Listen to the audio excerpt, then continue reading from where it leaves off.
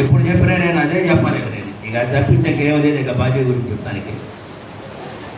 కానీ ఈరోజు మాత్రం నాకు చాలా ఆనందంగా ఉంది. నాకు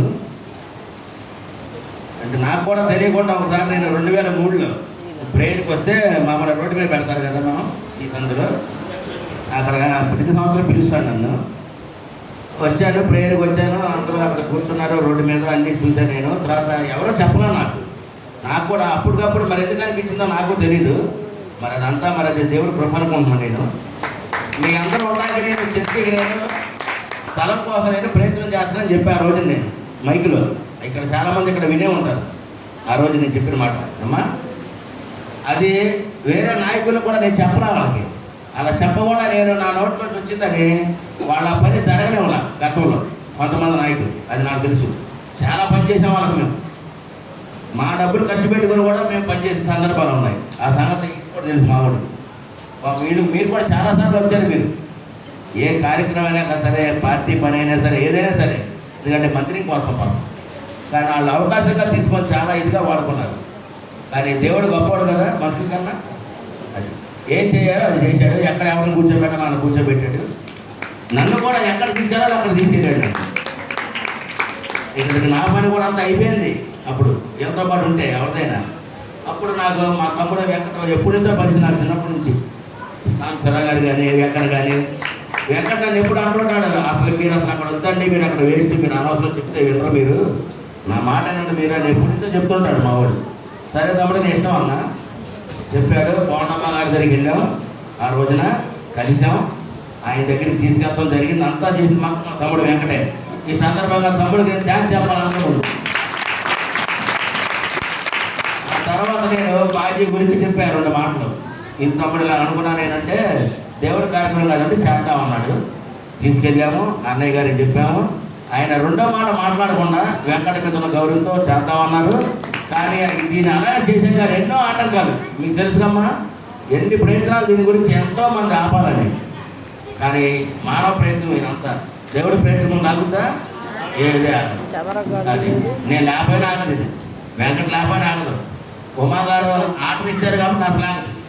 కాబట్టి మనందరం కూడా దేవుడు మనకు కనబడతాడో తెలియదు, కానీ పవనమ్మ గారికి మాత్రం మనందరం కృతజ్ఞతలు తెలియజేసుకోవాలి. మనందరం మాత్రం ఇది మాత్రం 100% కరెక్ట్. నాకు చెప్పకపోయినా పర్వాలా, ఎక్కడికి చెప్పకపోయినా పర్వాలేదు, కానీ ఉమా గారికి మాత్రం చెప్పాలి.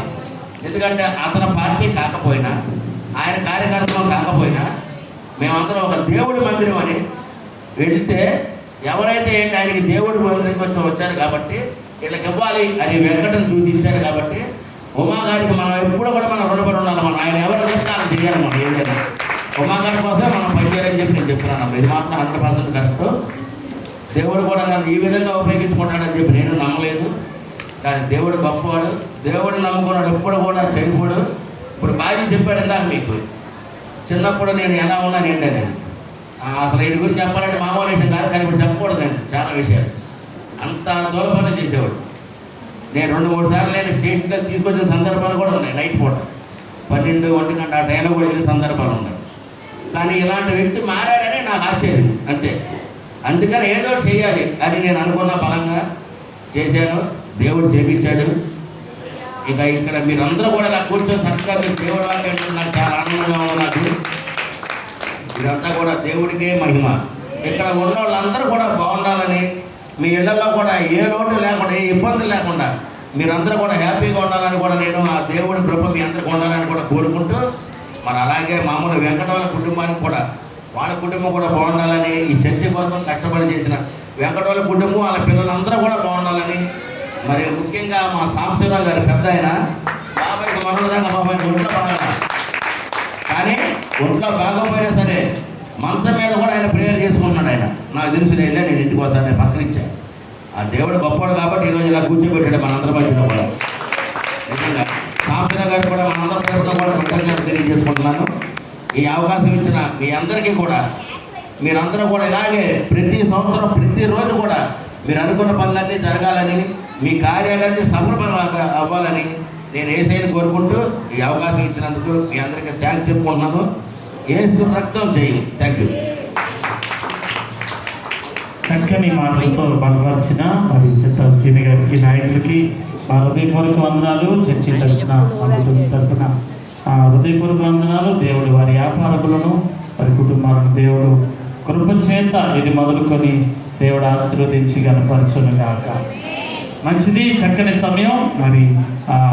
మరి ప్రముఖులు, మరి సీనియర్ జర్నలిస్ట్గా ఉన్న మరి వెంకటన్న గారు, వారు కూడా అమూల్యమైన కొన్ని గ్రీటింగ్స్ వారు కూడా అందించాలని ప్రేమపూర్వకంగా వారికి ఆహ్వానం తెలియపరచడం, చప్పట్లు కొడుతూ ప్రభు నామంలో మనందరం శ్రద్ధ కలిగి ఉంటామండి అనే ప్రసంగం.